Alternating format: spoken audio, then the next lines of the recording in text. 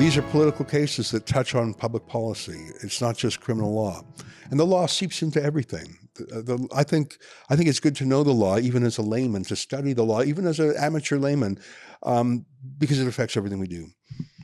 And it's my view that whatever you thought of the vaccine, put that aside. For a period of time, our entire system failed. The opposition parties didn't really oppose.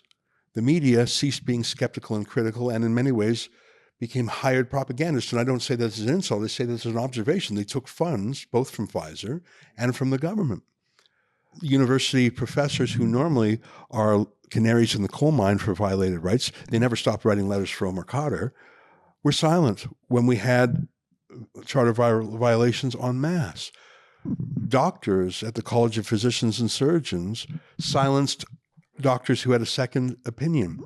The checks and balances broke, and we hurtled at shocking speed down the road to authoritarianism.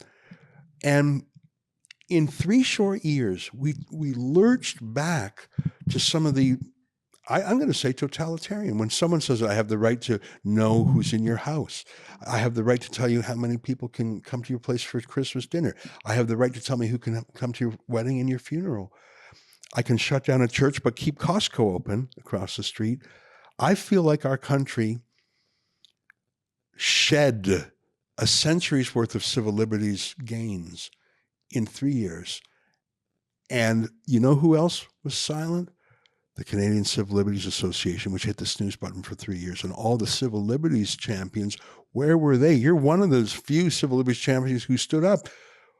I say that we lost ground medically, we lost ground economically, but the biggest ground we lost was in terms of our civil liberties.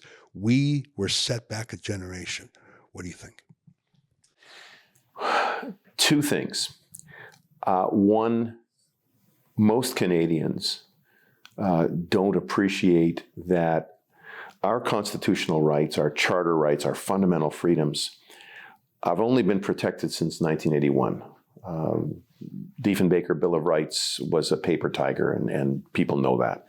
It's only since 1981 that we have a constitutional protection of civil liberties, fundamental freedoms. Look at the way our Constitution starts. It doesn't start with, we hold these truths to be self-evident. That's in the United States. That's a clear statement. We hold these truths to be self-evident. It's so clear that these are fundamental freedoms that it's self-evident. Canada, on the other hand, starts with, all rights and freedoms contained in our Charter of Rights and Freedoms are subject to such reasonable limits as can be demonstrably justified in a free and democratic society. What an opening. What a piss poor opening. We're going to give you some rights, but before we do that, you got to realize every one of them is limited. The other Canadian constitutional mindset that we are burdened with is, and this goes back to the Diefenbaker Bill of Rights, is the importance of peace, order, and good government. We in Canada, for the most part, cherish peace, order, and good government. So when you have a situation where people are peacefully demonstrating, but they're staying there too long, or why don't they go and demonstrate across the street where it won't be as much of an annoyance to us? It's a psyche. And the government was able to take advantage of that psyche with surprising and disappointing ease during COVID. It's the average Canadian will think so-and-so is charged, they will assume guilt, as opposed to the United States where you have the former president running for president again, and he's charged in, I've lost count how many jurisdictions. Presumption of innocence is real, if anything, to the other extreme in the United States. In Canada, the presumption of innocence is worth nothing. People charged in Canada with a sexual assault, it's over. It's over. Their lives, their reputation, it's over, because presumption of innocence, practical sense, doesn't exist in our country. So all that to say that when the government brought in all of these COVID mandates and the various regulations and rules, there wasn't a peep. hardly a peep. Almost in the Martin Niemöller type of, first they came for the trade unionists, that type of thinking.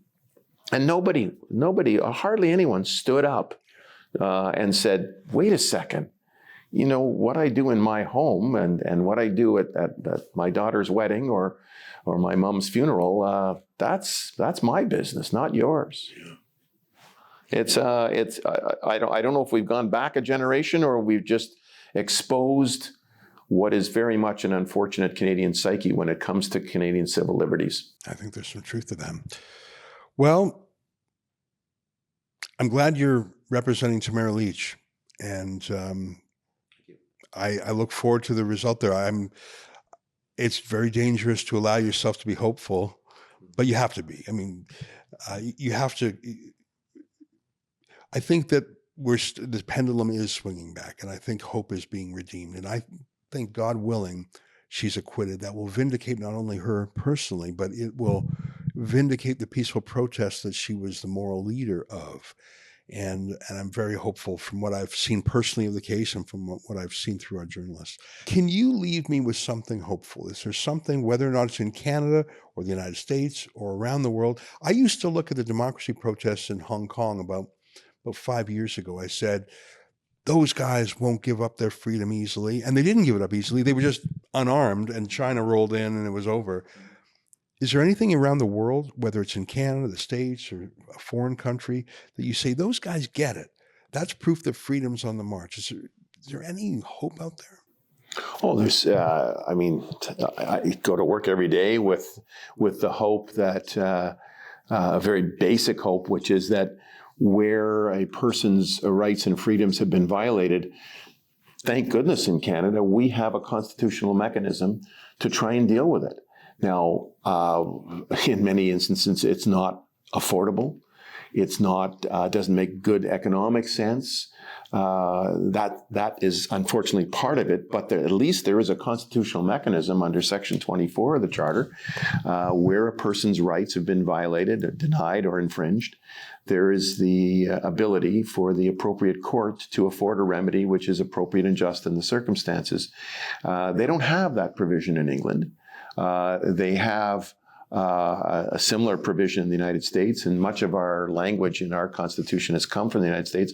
But that ability to weigh what's an appropriate and just remedy in the hands of judges who I have had just 4 decades of experience in, judges that I trust.